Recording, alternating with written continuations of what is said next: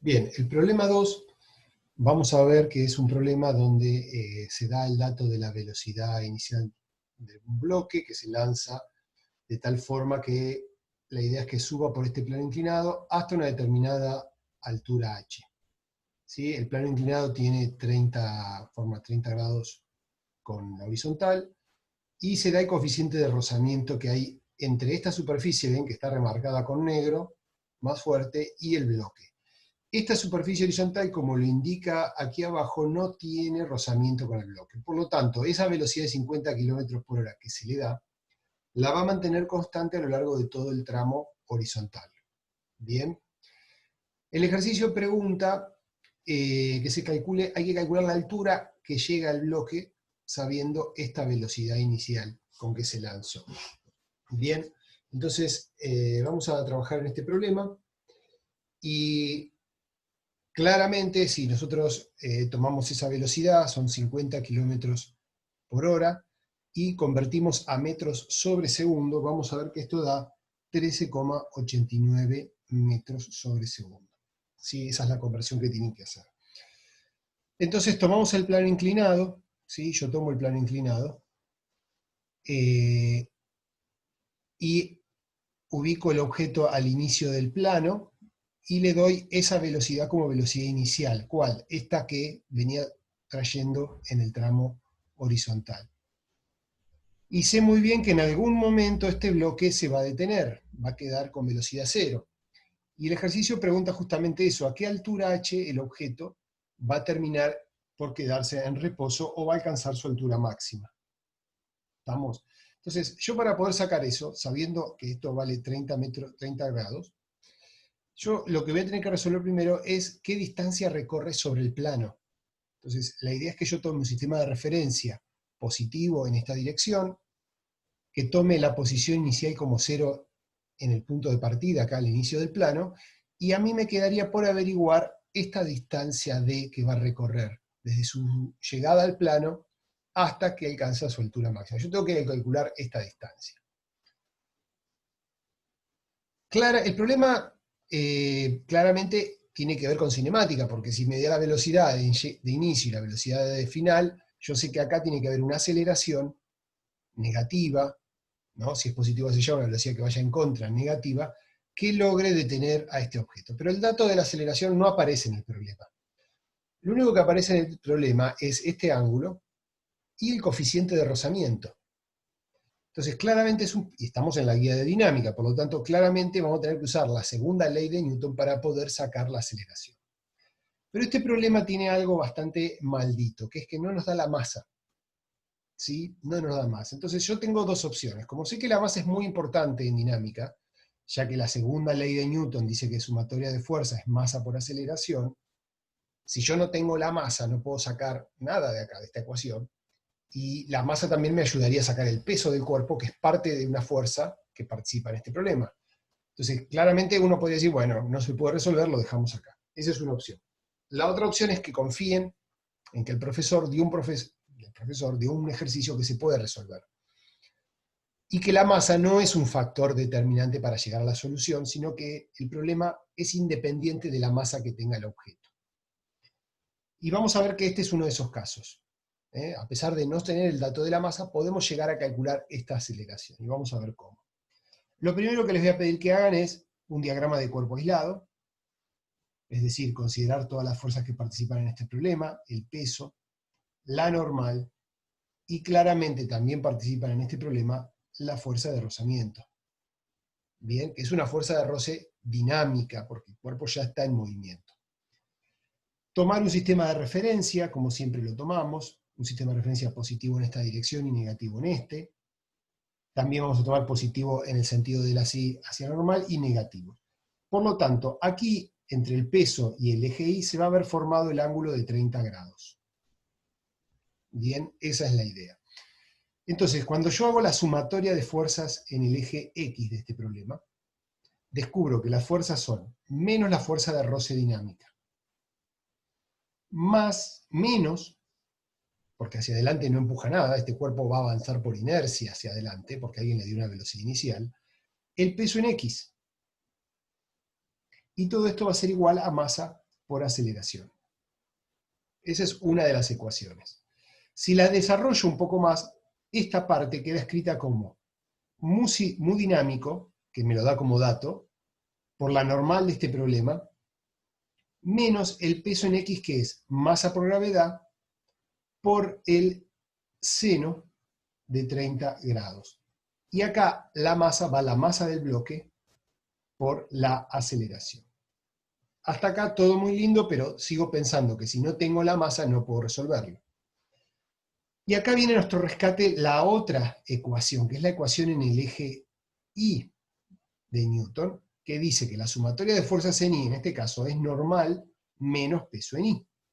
Y que sumadas tienen que dar 0 porque el cuerpo en este eje no se está moviendo, está en equilibrio. Entonces esto me va a quedar normal es igual a masa por gravedad por el coseno de 30 grados. Recuerden las fórmulas de peso en Y y peso en X. Ahora, todo esto hasta acá muy bonito, pero sigo sin ver la respuesta, porque fíjense que tengo a la normal, a la masa sin conocerla, a la aceleración. La gravedad la conozco, bien. En este caso yo lo que puedo hacer es la normal, reemplazarla acá. Y fíjense qué ecuación va a quedar ahora si yo reemplazo la normal en esta parte de la ecuación. Me va a quedar entonces mu dinámico por masa por gravedad por coseno de 30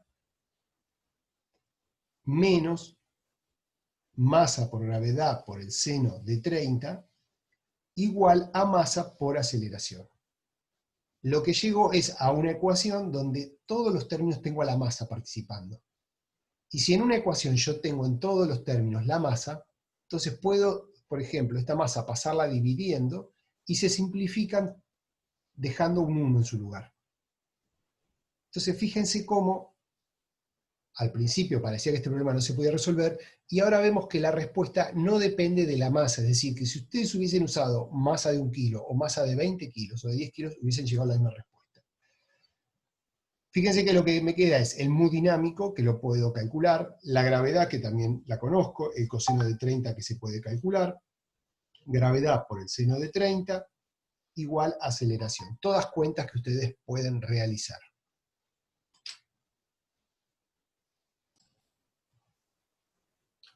Observen que en esta ecuación, acá cometí un error, que es no llevar este signo menos acá adelante. Eso no quita que no se pueda simplificar la masa, queda el signo menos acá. Y si ustedes realizan esta cuenta, les tiene que terminar quedando una aceleración de 9,76 metros sobre segundo cuadrado. Fíjense qué llamativo que queda una aceleración muy parecida a la aceleración de la gravedad, pero negativa. Pero claramente que es muy llamativo porque en un plano inclinado ustedes saben muy bien que la aceleración de la gravedad no se percibe como tal, porque la aceleración de gravedad actúa en esta dirección, no en la dirección del plano. ¿Por qué tiene la misma aceleración que la gravedad o parecida? Bueno, es una casualidad numérica, y además piensen que en el eje X actúan dos fuerzas, la fuerza de rozamiento dinámica y el peso en X. Juntas producen de casualidad una aceleración parecida a la gravedad. Luego ustedes van a tener que resolver la parte de dinámica de este ejercicio, ¿bien? Que básicamente lo vamos a plantear a continuación, y tratar de despejar la distancia D que recorre sobre el plano.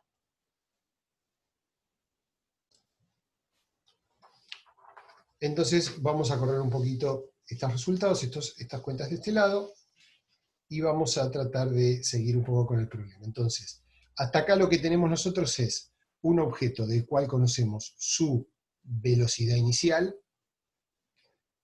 conocemos que, porque fue dada como dato, sabemos también su velocidad final, que va a ser 0, conocemos la aceleración que va a haber en este tramo, va a haber una aceleración de 9,76 metros sobre segundo cuadrado, pero no sabemos toda esta distancia desde la posición igual 0 hasta su posición final. No conocemos esa distancia D que va a recorrer.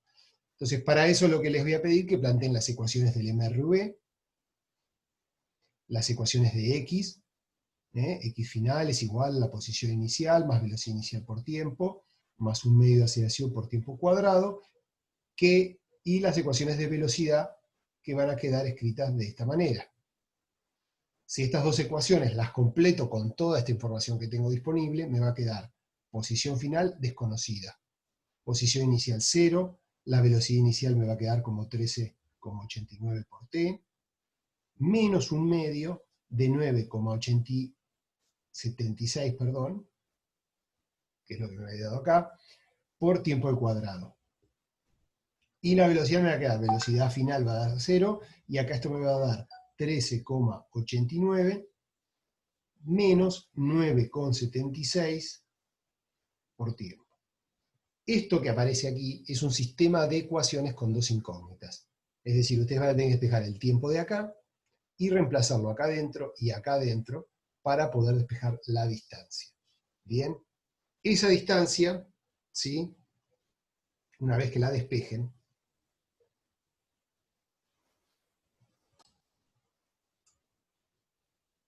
a mí me termina dando, esa distancia me termina dando, ¿sí? Aproximadamente me termina dando 9,88.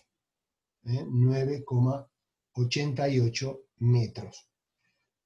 No es la respuesta todavía, porque si observan, ustedes tienen un triángulo, acaban de sacar esta distancia, 9,88 metros, ¿bien? Y lo que ustedes tienen que hacer ahora es calcular la altura h.